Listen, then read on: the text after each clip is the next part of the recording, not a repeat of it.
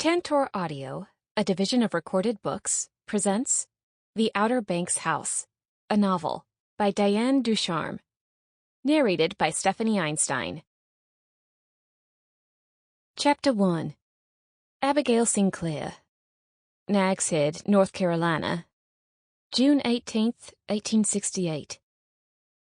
I walked about on the shore lifting up my hands, and my whole being, as I may say, wrapped up in the contemplation of my deliverance, making 1,000 gestures and motions that I cannot describe, reflecting upon all my comrades that were drowned, and that there should not be one soul saved but myself. Robinson Crusoe. I was the first passenger off the steamboat. My fellow travelers had insisted, for I had spent the duration of the journey in the throes of boat sickness. Everyone, including my own mama and daddy, had watched me from afar, afraid to get their Sunday best too close to me. Behind me, I could hear them all lining up, eager to disembark, but I stood directly in the way, unable to make my way down the skinny pier toward land. Folks started to politely fuss at me, but Charlie and Martha, my younger brother and sister, began pushing on my backside, forcing me forward. Yet, even as they jostled me along, I couldn't take my eyes from the sight of the Outer Banks of North Carolina, stretching to the left and right at the end of the pier. Gone were the ordered, busy streets of Edenton that we had left behind. In their place was a strip of land where nature wouldn't allow such regulation. Instead of brick buildings of commerce and law, there were giant dunes of beige sand that grew clear into the clouds. Instead of statues and lamp-posts, there were stunted and craggy trees that grew in the sand monster's shadows along the shoreline. Their gnarled branches blew obligingly in the brisk wind. Even the sound-side watering town of Nags Head was unassuming, and so flat that I could see almost clear across the narrow island to the Atlantic Ocean. The hotel and surrounding white houses were tucked into the sand and foliage so nicely it was as if they had been planted there. But beyond all this was a shimmering in the eastern sky. I knew it was the ocean there, beneath the blue. I had never seen it in my life, and my heart began to beat faster in anticipation. I took a deep breath of the salty air, picked up my skirts, and started to run. I ran the way that I used to run when I was 9 years old, when nothing mattered but the day on the plantation. Our housemaid, Winnie, hollered after me, but her voice was lost in the wind. I didn't even think about Mama and Daddy, or what they'd have to say to me later. I heard Charlie and Martha scampering after me, squealing at the game, but I didn't turn around. I just ran down the wooden pathway through the sand, my legs straining against my hopes. Soon, from the unfamiliar exercise, I felt myself gobbling great gulps of hot air, and drops of sweat were seeping like pricks of blood into my beige traveling dress.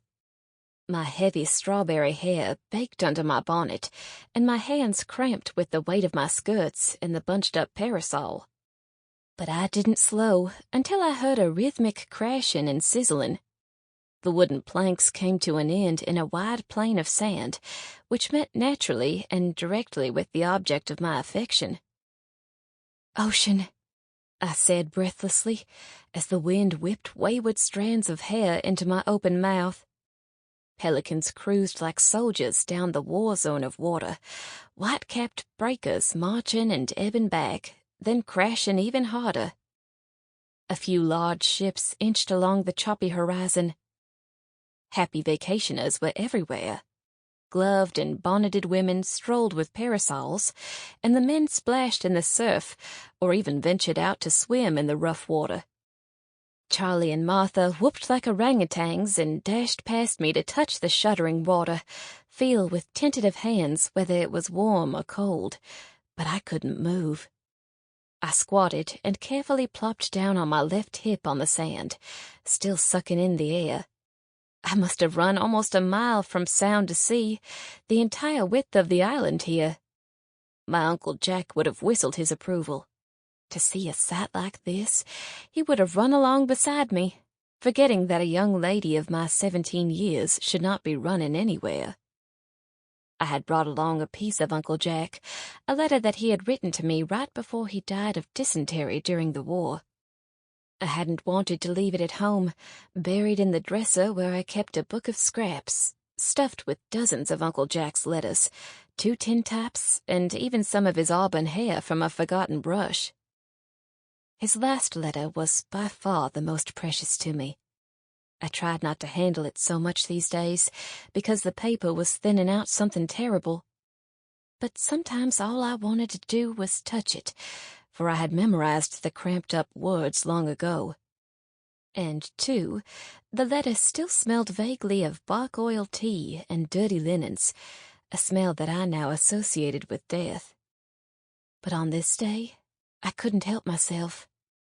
Keeping one eye on the children, I wiggled my reticule from my skirts and took out the letter. It whipped in the strong wind as I read. February 7th, 1865. North Carolina Hospital, Petersburg, Virginia. My dear little Red Reb, you'll have to excuse my penmanship here. I've been curled up on my right side for so long that my writing hand's gone numb. This position suits me best, though, because it quiets the sizzling in my belly a bit. I tell you, sometimes I wish I had been shot clean through the skull. This quick-step is the devil's business. You folks back home wouldn't even know me. I've lost so much flesh. I bet I'm skinnier than you are. Don't tell your daddy I said this, but I'm starting to think that he was the smart one of the both of us. I should have just stayed put. Edenton looks just like heaven in my mind these days. I got this cheap paper from the blue-lipped nurse that creeps around here. I don't like her much, mostly because of the sad look in her eyes. She's young, just a little older than you are now. But she isn't near as pretty as you, and like I said, she's lacking in enthusiasm. Course, I'd never say that about you, niece. Which reminds me, your daddy said in his previous letter that you've been reading a lot these days. He says that you're going to drive him into bankruptcy with all of your book buying. I've been trying to picture my fiery Reb with her nose stuck in a book, just like her mama, I guess. It got me to thinking that I'd like to read one of those books myself. You're likely having a good laugh right now. But there isn't much decent to read in this hospital. I guess folks don't think sickly soldiers are the reading kind of men, and I must admit, I feel a little rusty at the exercise. Why don't you send me one of your favorites with your next letter? It also might do you some good to get out of doors once in a while. Tell your daddy that I said to take Ace of Spades for a ride every now and then. Give the boy some sugar lumps for me, will you? I can just see you and me riding them, the way we used to. I can feel those ribbons of yours flying in my face. You never did holler, even when we were running through rivers. It's those kinds of thoughts that get me through these awful days. I don't see pretty Mary Virginia Spillman or even Annabelle Putnam in my head anymore. I picture a pair of steady green eyes and red eyelashes, and I grit my teeth and bear it. I try not to holler. I sure hope I can get better and come on home to you and the family. I miss you all more than Winnie's butter biscuits. But if I don't make it out of this hospital, I hope you remember me kindly. Not as this run-down, sickly soldier, but as your uncle, holding you tight on the best horse I ever had. I've got high hopes for you, so don't let me down. As ever, your devoted uncle, Jack Sinclair. I swallowed hard and then yelled at Charlie to pull up the legs of his trousers. My siblings were already soaked to the skin, but I couldn't muster up much of a care. I pinched Uncle Jack's letter so tightly between thumb and forefinger that I feared it would rip in the bullying wind, but I couldn't put it away just yet.